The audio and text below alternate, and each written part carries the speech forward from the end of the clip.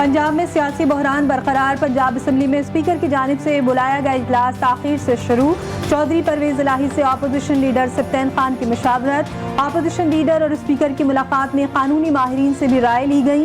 Assembly secretariat को किसी सूरत ऐवान अखबार में ना जाने की हिदायत करने का फैसला।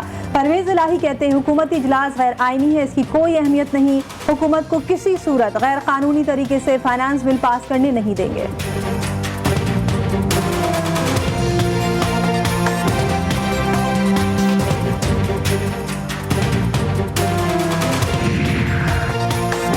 पंजाब का बजट सूबाई हुकूमत के लिए गले की हड्डी बन गया। हुकूमत और अपोजिशन की लड़ाई जारी। स्पीकर ने इजलास 1 बजे पंजाब असम्बली तलब किया तो गवर्नर ने पंजाब असम्बली का इजलास 3 बजे ऐवान अखबार में बुला लिया।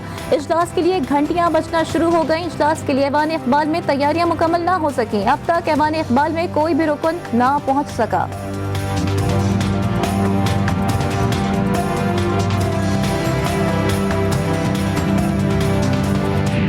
स्पीकर को और सेक्रेटरी असम्बली को लामहदूद इख्तियारात हासिल थे। हुकूमत पंजाब के ज़ेरे इंतज़ाम महकमा कानून के पास आ गए हैं जो 2019 में पोजीशन थी। अब इस ऑर्डिनेंस के ज़रिए असम्बली के इजलास को डी नोटिफाई करना और नोटिफाई करना अब सेक्रेटरी असम्बली के इख्तियार में नहीं। पंजाब की तारीख में पहली बार ऐवान अखबार को असम्बली का दर्जा दे दिया। स्पीकर पंजाब असम्बली के इख्तियारात महदूद कर दिए गए। सेक्रेटरी असम्बली के इख्तियारात भी खत्म। महकमा कानून को इजलास के इख्तियारात तफवीज़। वज़ीर कानून पंजाब अता तारर कहते हैं स्पीकर पंजाब असम्बली को लामहदूद इख्तियारात हासिल थे। अब इजलास को डी नोटिफाई और नोटिफाई करना सेक्रेटरी असम्बली के इख्तियार में नहीं। इजलास बुलाने का नोटिफिकेशन सेक्रेटरी कानून जारी करेगा। 2 रोज से बजट इजलास में रुकावटें खड़ी की जा रही थीं।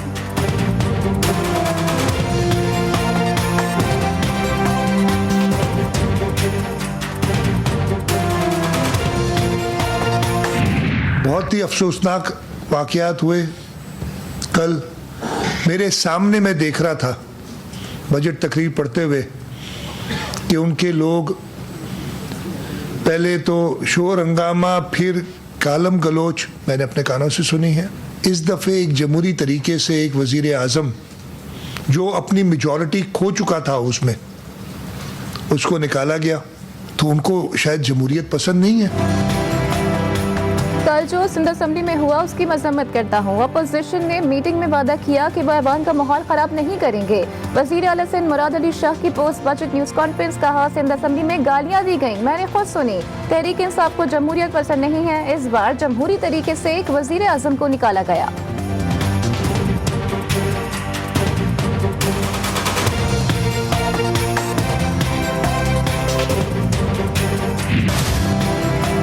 अवाम हो जाए तैयार, पेट्रोल बम का होगा एक और बार। अवाम का दर्द सीने में उठाए। हुकूमत ने अवाम को महंगाई की एक और डोज देने की ठान ली। पेट्रोल की कीमत में 29 रुपए, डीजल की कीमत में 55 रुपए फी लीटर इजाफे की तजवीज़। उगरा ने कीमतों में इजाफे की समरी वजारत खजाना को भिजवा दी। कीमतों में रद्द-ओ-बदल का फैसला वज़ीर आज़म की मंजूरी से होगा।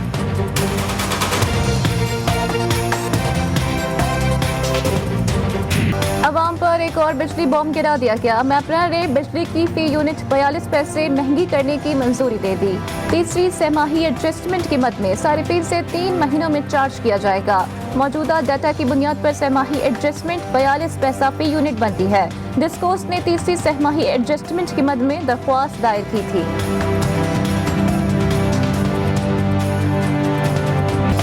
महंगाई और मुआशी बदहाली अवाम के लिए बबाल जान बन गई। रोज बरोज अशिया की बढ़ती कीमतों से गरीब आदमी गरीब से गरीब तर होता जा रहा है। आटा, चावल, घी, दालें और सब्जियां महंगी होने के बाद भी गरीब की पहुंच से दूर। हुकूमती दावों के बावजूद अवाम यूटिलिटी स्टोर से मायूस लौटने लगे। सस्ते बाजार भी महंगाई की चक्की में पिसे अवाम के दुखों का मदावा करने में नाकाम। महंगाई ज़्यादा है। घी पहुंच गए 550-600 तक पहुंचने वाला है। पेट्रोल पहुंच गए, ऊपर चला गया। घी को देखो, चीनी को देखो, आटे को देखो, आसमान से बातें कर रहा है। महंगाई के साथ गर्मी और लोड शेडिंग के बार भी जारी। बिजली के महंगे बिल अदा करने के बावजूद शहरी पुरसुकून जिंदगी से महरूम। बिजली बनाने वाली कंपनीज ने भी अवाम का तेल निकाल दिया। मुल्क भर में तवील लोड शेडिंग का सिलसिला जारी। घरेलू और कारोबारी जिंदगी बुरी तरह मुतासिर। बिजली न होने से कारोबार का पहिया भी जैम होने लगा। घरों में खवातीन और बच्चों को मुश्किलात दरपेश।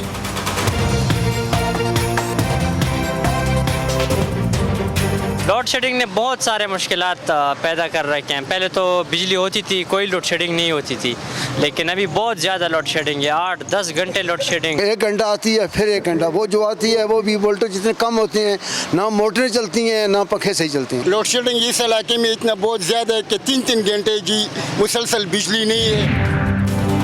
आज़म है कि CPEC के तहत खुसूसी इक़्तिसादी जोन की तकमील मुक़र्ररा वक्त पर की जाए। पाकिस्तान और चीन ने माजी में भी एक दूसरे का साथ निभाया। वज़ीर आज़म शहबाज शरीफ का खुसूसी इक़्तिसादी जोन। रशकई में तकरीब से खिताब, कहा छोटे सूबों में इक़्तिसादी जोन की तकमील हमारी तरजीह है। दोनों ममालिक की कंपनियाँ एक दूसरे के तजुर्बात से इस्तेफादा कर सकती हैं।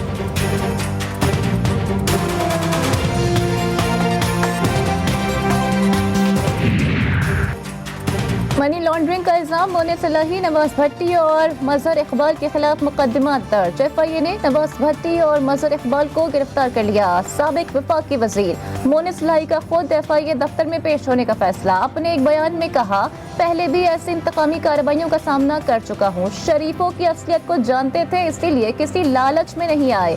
नून लीग कुछ भी कर ले, इमरान खान के साथ खड़ा हूँ और रहूँगा।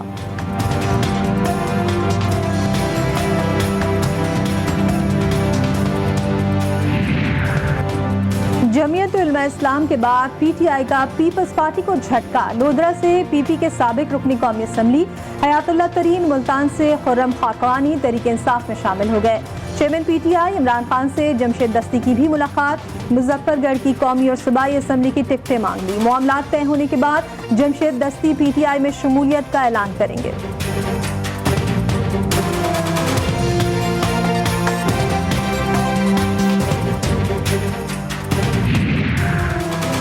परवेज मुशर्रफ की बीमारी और वतन वापसी का मामला सेनेट पहुंच गया। ऐवान बाला परवेज मुशर्रफ की वतन वापसी में कोई रुकावट न डालने पर मुत्तफिक।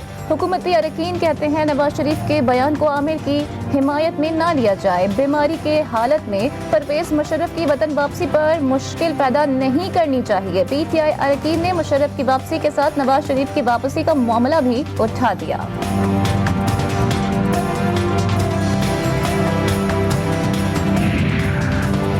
साबिक वज़ीर दाखिला शेख रशीद कहते हैं परवेज मुशर्रफ को फौज और उसकी क़यादत ने पाकिस्तान वापस बुलाकर दुरुस्त और जुर्रतमंदाना फैसला किया। नवाज शरीफ के पास परवेज मुशर्रफ की वापसी के फैसले की हिमायत के अलावा कोई और दूसरा रास्ता नहीं था।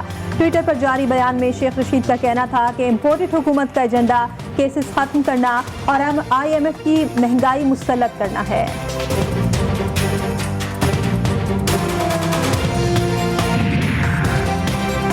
कराची में हल्का-ए 240 पर ज़िमनी इंतखाब का दंगल कल सजेगा। इलेक्शन कमीशन ने तमाम तर तैयारियां मुकम्मल कर ली। इंतखाबी मुहिम में उम्मीदवारों ने एड़ी चोटी का जोर लगा दिया। ज़िमनी इंतखाबात के लिए पोलिंग कल होगी। MQM पाकिस्तान पीपल्स पार्टी, महाजर कौमी मूवमेंट PSP और TLP के दरमियान सख्त मुकाबला मुतवक्के।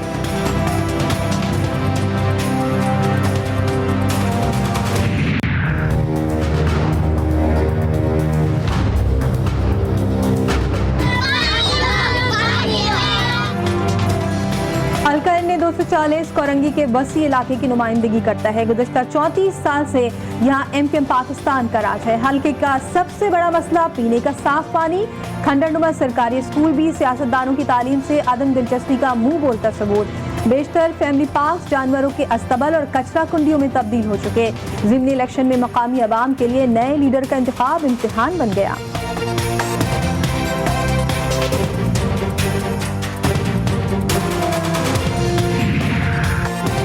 कराची में इंसदादे तजावुज़ात सेल का बहरिया टाउन से मुत्तसिल सरकारी जमीन पर ग्रैंड ऑपरेशन। 100 से ज़ायद तजावुज़ात तोड़ दी गई, सामान जब्त। ऑपरेशन असिस्टेंट कमिश्नर जाहिर जुनेजो और एंटी इंक्रोचमेंट फोर्स जोन 2 के SHO राव मुकीम की जानिब से मुश्तरका तौर पर किया गया।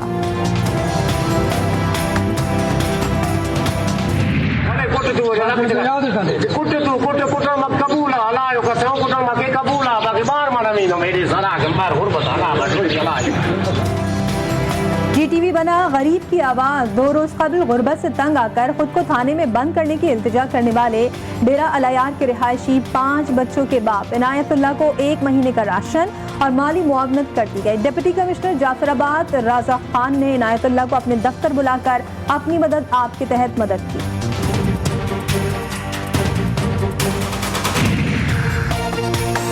लाहौर के यंग डॉक्टर्स एक मरतबा फिर बदमाशी पर उतर आए। वज़ीर आला पंजाब के दौरे सरगोदा के दौरान डॉक्टर्स की मौतली पर OPDs बंद कर दी। लाहौर के 7 बड़े अस्पतालों में मरीजों को मुश्किलात का सामना। मियो अस्पताल आने वाले मरीज भी रुल गए।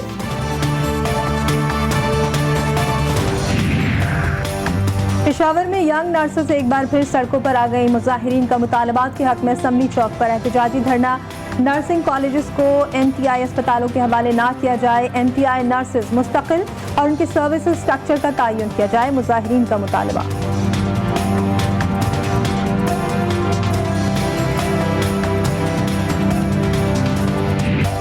शदीद गर्मी के बाद बादल बरसने की नवीद। मुल्क में आज से प्री मानसून का आगाज होगा। बलाई पंजाब, बलाई KPK में बादल बरसेंगे। कश्मीर और गिलगित बल्तिस्तान में भी बारिश का इम्कान। महकमा मौसमियात के मुताबिक बारिशों का सिलसिला 15 से 23 जून तक वक्फे से जारी रहेगा।